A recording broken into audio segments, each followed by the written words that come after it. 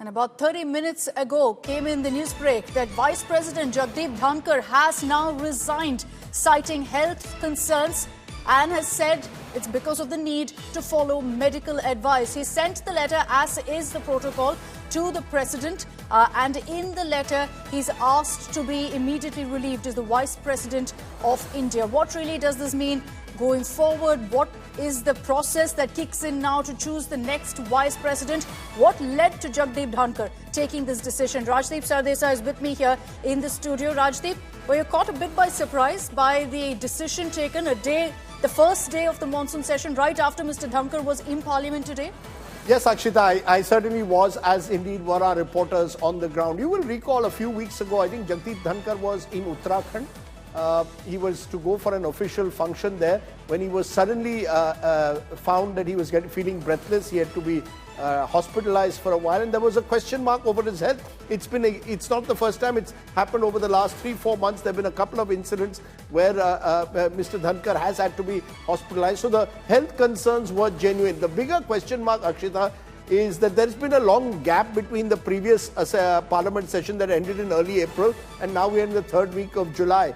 If at all Mr. Dhankhar was to resign on health grounds, why did he choose the first day of the monsoon session of Parliament, which he attended this morning and conducted proceedings, to suddenly announce the decision in the evening? So there's a bit of a question mark over that. Could he have decided inter se, that's between the two sessions, to resign? And even all the other names that you're flashing on the screen, Dr. Radhakrishnan, S.T. Sharma, Venkatraman, these were all vice presidents who eventually went on to become presidents. In many cases resigned because they were then elevated to the role of president. That's not happening in this case, certainly not right away. So there will be a question mark over the timing and why on the first day of the House. If there were these health reasons and they were lingering for several months, why did Mr. Dhankhar choose the first day of the monsoon session that evening to announce the decision? Well, it's definitely sudden. The timing is something that's led to a lot of questions and eyebrows being raised over what led to Mr. Dhankhar choosing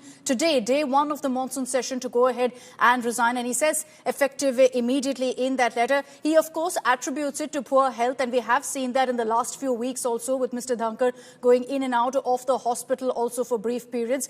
But Rajdeep, I think the question that comes up then is what happens next. And it's very early, yes, because the newsbreak that came in was just 30 minutes ago. But besides just the process, there will be a lot of questions about the names now. Who's in contention for the post? You know, Akshita, it's very strange how politics works. Still this morning, the big question was, Kaun banega BJP Adhyaksh? Yeah. Who will be the next BJP president? That's a question that's been lingering for several months now. Mr. Nadda's term expired actually a couple of years ago, but he was still on an extension because of the elections of 2024, then was expected to step down in December. That didn't happen. We're now in July. We don't have a new BJP president. So suddenly from Kaun banega BJP president, it's Kaun banega Up Rashtrapati. And could there be a connection? Could there be someone senior from the BJP who could now become vice president? Could that fill some of the gaps out there? Remember, the vice chairman of the Rajya Sabha is Harivansh, a former journalist turned politician who was with the Janata Dal United. He is from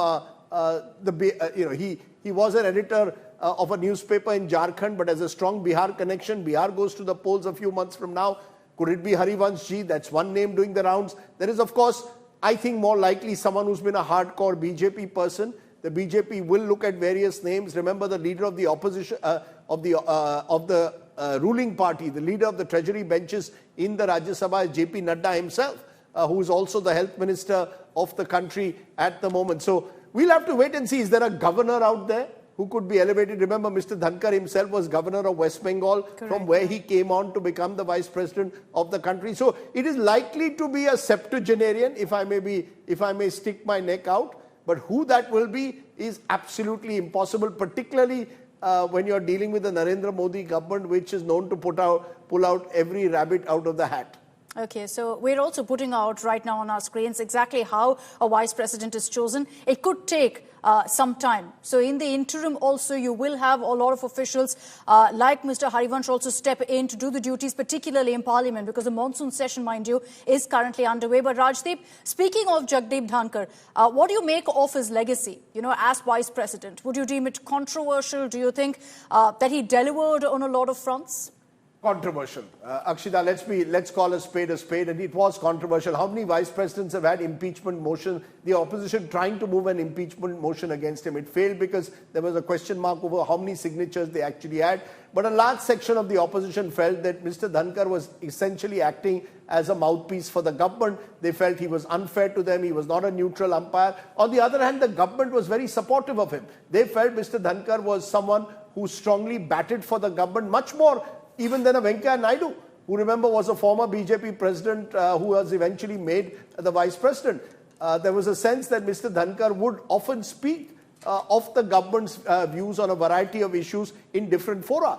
And that raised controversy because there were questions, how far should a constitutional office holder go out and bat for the government? Mr. Dhankhar, though, was unbothered. He went on in what he believed was his way of running the Rajya Sabha, of his way of defining the office of the vice president. But yes, he was certainly contentious, controversial, and perhaps now will miss out a chance that some thought that he could perhaps be looking at being elevated to Rashtrapati in a couple of years. That's not going to happen. And I do believe that the health reasons were genuine. Yeah. My only question mark is, why did it take so long for him to decide, or for the government to decide that maybe they need a replacement for Mr. Dhankhar? So that question mark will be there. Remember, even when he was West Bengal governor, he was accused of partisanship even at the time, but he was unbothered, unflustered, and that's the way he was. He liked to he liked a joust. He was that kind of he was more a politician lawyer in that sense than even the vice president.